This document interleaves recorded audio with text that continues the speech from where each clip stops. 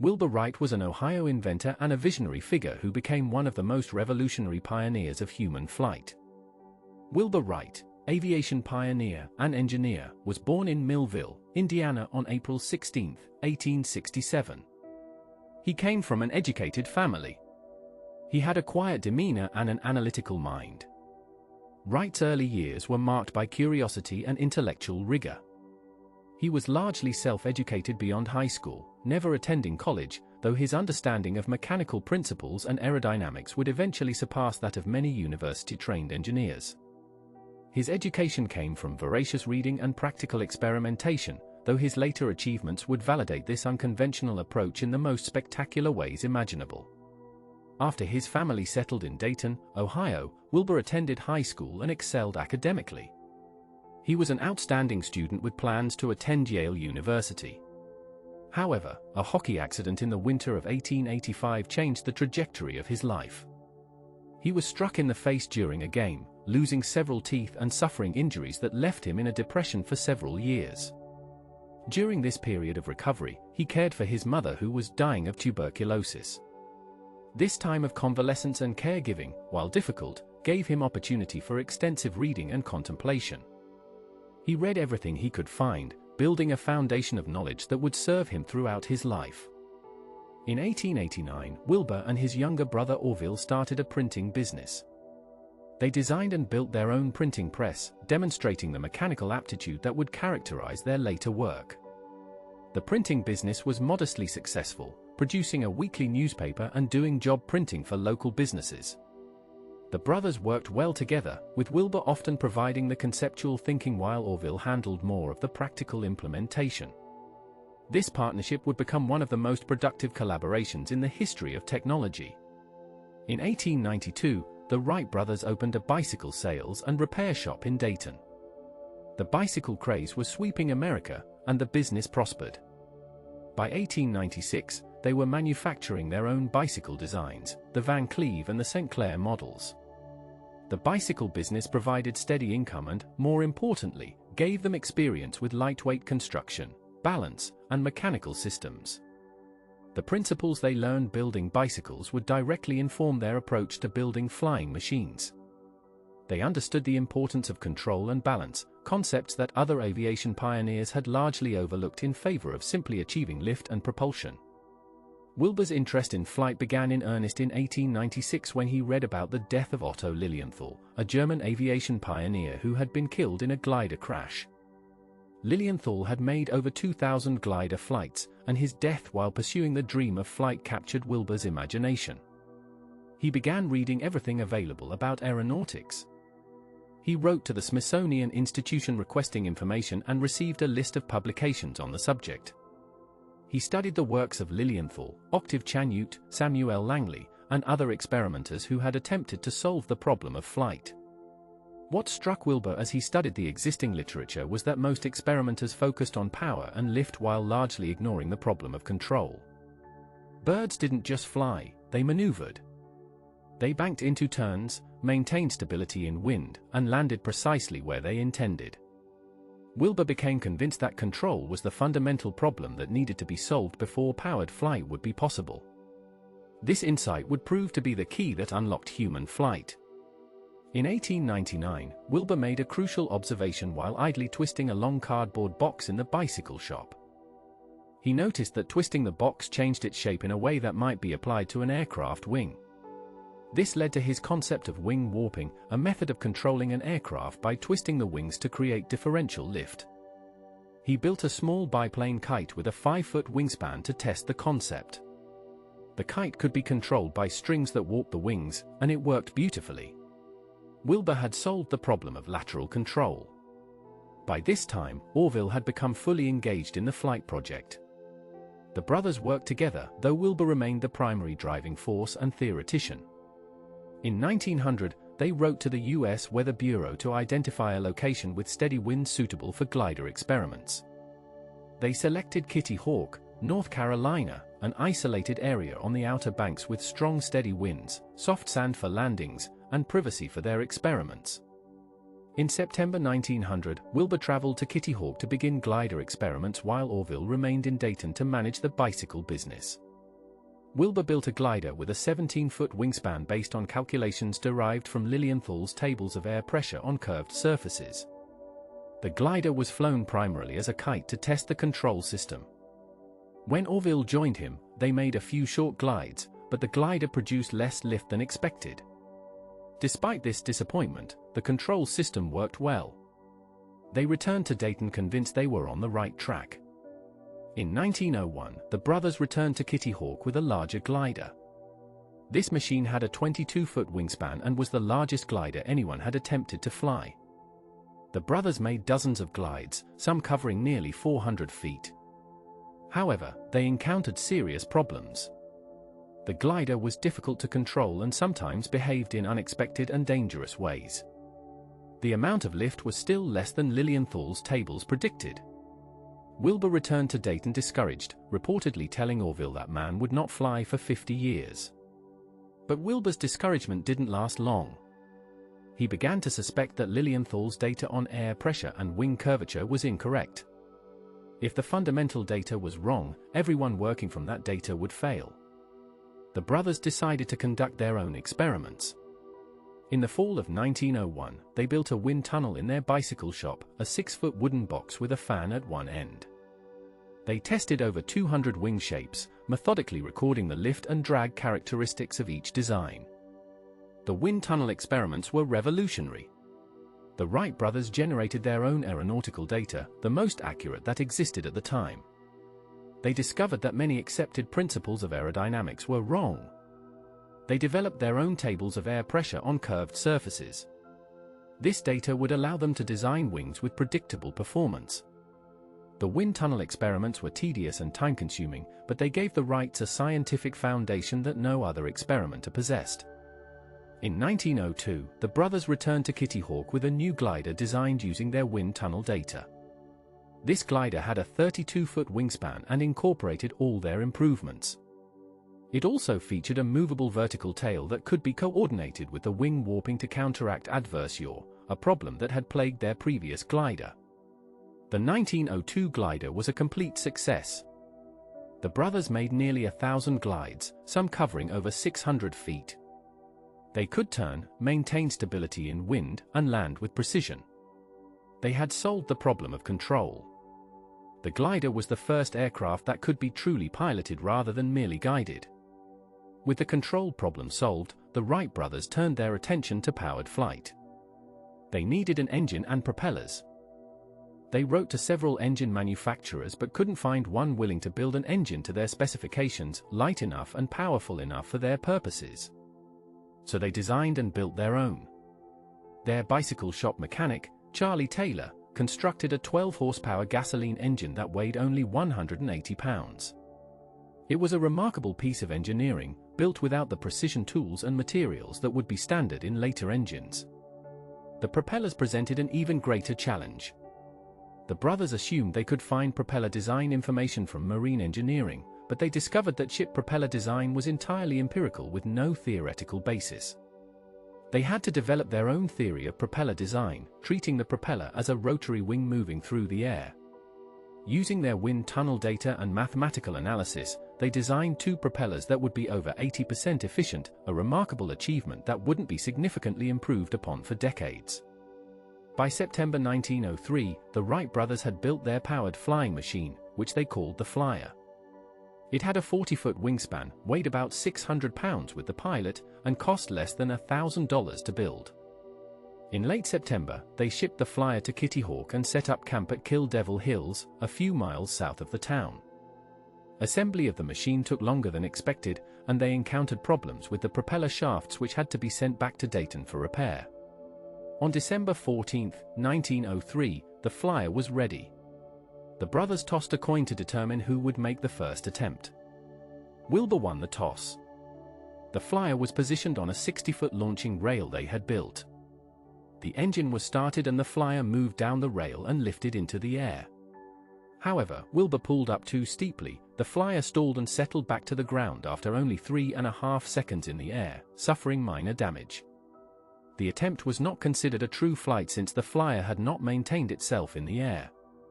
3 days later, on December 17, 1903, conditions were right for another attempt. It was Orville's turn to pilot. 5 local men had come to witness the attempt. At 10:35 in the morning, with Wilbur running alongside to balance the wing, the flyer lifted off the launching rail and flew.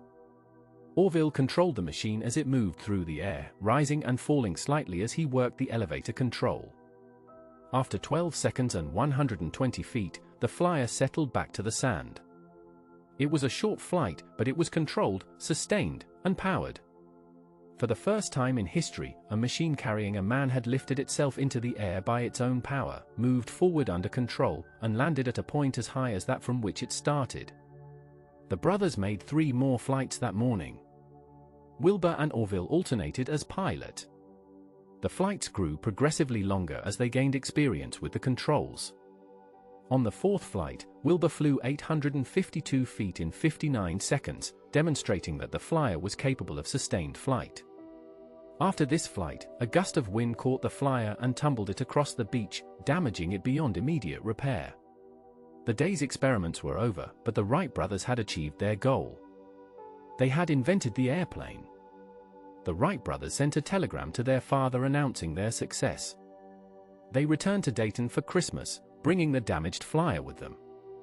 They expected their achievement to generate immediate interest and recognition. They were wrong. The press largely ignored their claims. The few newspapers that reported the flights got the details wrong. The scientific community was skeptical. Samuel Langley, secretary of the Smithsonian Institution and a respected scientist, had just failed spectacularly in his own attempt at powered flight despite having spent $50,000 of government money. How could 2 bicycle mechanics with no formal training and minimal funding have succeeded where Langley had failed?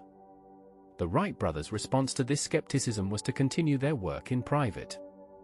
In 1904 and 1905, they built improved versions of their flyer and conducted experiments at Huffman Prairie, a cow pasture near Dayton.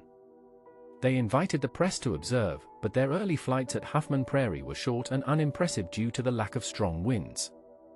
Reporters who came expecting to see spectacular flights saw only brief hops and lost interest. The brothers decided to stop inviting spectators and work in secret. By the fall of 1905, the Wright brothers had developed the Flyer 3, a practical airplane capable of flying for over half an hour and covering 24 miles. They could circle the field, make figure eights, and land precisely where they intended. They had not just achieved flight, they had mastered it. Yet still the world paid little attention. The brothers made a deliberate decision to stop flying publicly until they could secure patents and contracts to sell their invention. From late 1905 until May 1908, the Wright brothers did not fly at all. They focused on securing patents and negotiating with governments and private investors. This period of secrecy, while protecting their commercial interests, also allowed skepticism about their claims to grow. Many people simply didn't believe the Wrights had flown. Other experimenters in Europe and America were making their own attempts at flight, and some claimed to have equaled or exceeded the Wrights' achievements.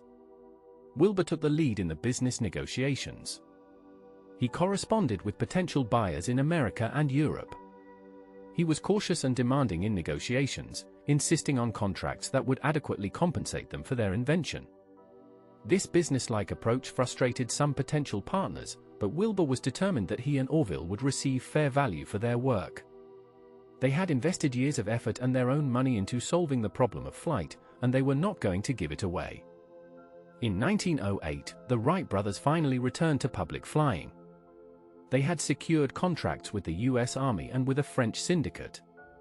The contracts required demonstration flights to prove the capabilities of their machine. Orville would conduct demonstrations at Fort Myer, Virginia for the Army, while Wilbur would fly in France to satisfy the European contract. Wilbur arrived in France in May 1908 and began preparations for his demonstration flights. The French aviation community was skeptical and even hostile.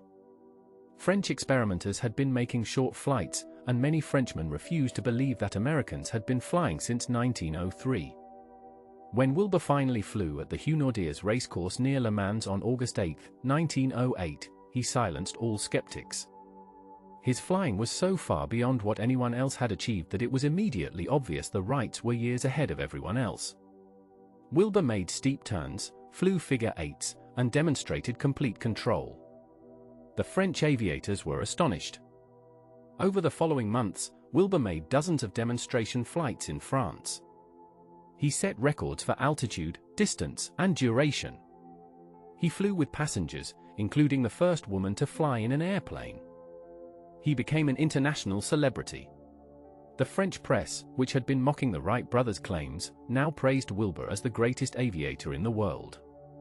He was awarded medals, invited to banquets, and celebrated as a hero.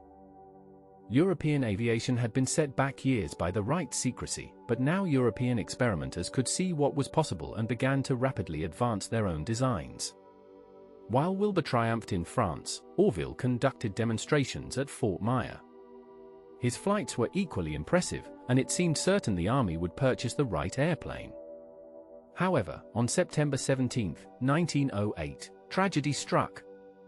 Orville was flying with Lieutenant Thomas Selfridge as a passenger when a propeller blade split, causing the aircraft to crash. Orville was seriously injured, suffering a fractured leg, broken ribs, and hip injuries.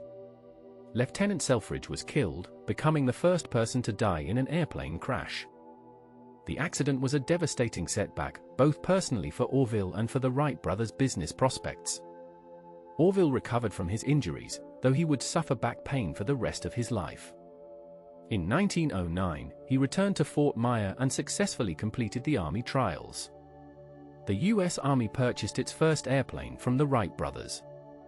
Wilbur returned from Europe, and together the brothers formed the Wright Company to manufacture and sell airplanes. They opened a factory in Dayton and a flying school at Huffman Prairie. The years from 1909 to 1912 were consumed by patent litigation. The Wright brothers held fundamental patents on aircraft control systems, and they aggressively defended those patents against other manufacturers. Wilbur took the lead in the patent fights, spending enormous amounts of time on legal matters. The litigation was bitter and exhausting. Many people felt the Wrights were trying to monopolize aviation and stifle innovation. The brothers believed they were simply protecting their rightful intellectual property. The controversy damaged their reputation and created enemies in the aviation community. The stress of the patent battles took a toll on Wilbur's health. He had always been the more driven of the two brothers, pushing himself relentlessly. In the spring of 1912, Wilbur became ill with what was initially thought to be food poisoning. His condition worsened, and doctors diagnosed typhoid fever. Despite the best medical care available, Wilbur's condition deteriorated. He died at his family home in Dayton on May 30, 1912. He was only 45 years old. Wilbur Wright's death was mourned around the world.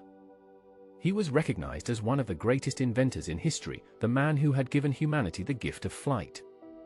His funeral in Dayton was attended by thousands. He was buried in Woodland Cemetery in Dayton, Ohio. In death, as in life, Wilbur was remembered as a man of extraordinary intelligence, determination, and vision. Wilbur's legacy is profound and far-reaching. He and Orville didn't just build the first airplane, they invented the science of aeronautical engineering. Their systematic approach to the problem of flight, their wind tunnel experiments, their development of control systems, and their propeller design set the standard for all future aviation development. Every airplane that has flown since 1903 has incorporated principles that the Wright brothers discovered. Modern historians recognize that while both brothers contributed to their achievement, Wilbur was the primary driving force, especially in the early years. He was the one who first became obsessed with flight. He was the chief theoretician and experimenter. He was the better pilot and the public face of their achievement in Europe.